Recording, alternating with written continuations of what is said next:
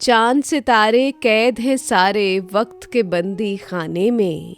गजल मीरा जी, आवाज सातिया रफीक, पेशकश दानिशरा।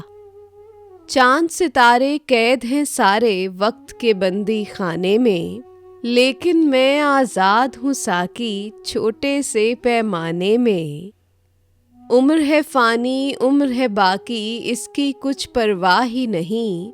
तू ये कह दे वक्त लगेगा कितना आने जाने में। तुझसे दूरी दूरी कब थी, पास और दूर तो धोखा है। फ़र्क नहीं अनमोल रतन को खोकर फिर से पाने में। दो पल की थी अंधी जवानी, नादानी की भर पाया। उम्र भला क्यों बीते सारी रो रो कर पछताने में। पहले तेरा दीवाना था अब है अपना दीवाना। पागलपन है वैसा ही कुछ फ़र्क नहीं दीवाने में। खुशियाँ आए अच्छा आए मुझको क्या एहसास नहीं।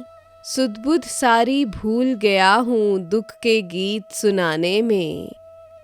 अपनी बीती कैसे सुनाए मद मस्ती की बातें हैं। मीरा जी का जीवन बीता पास के एक मैखाने में। चांद सितारे कैद हैं सारे वक्त के बंदी खाने में, लेकिन मैं आज़ाद हूँ साकी छोटे से पैमाने में।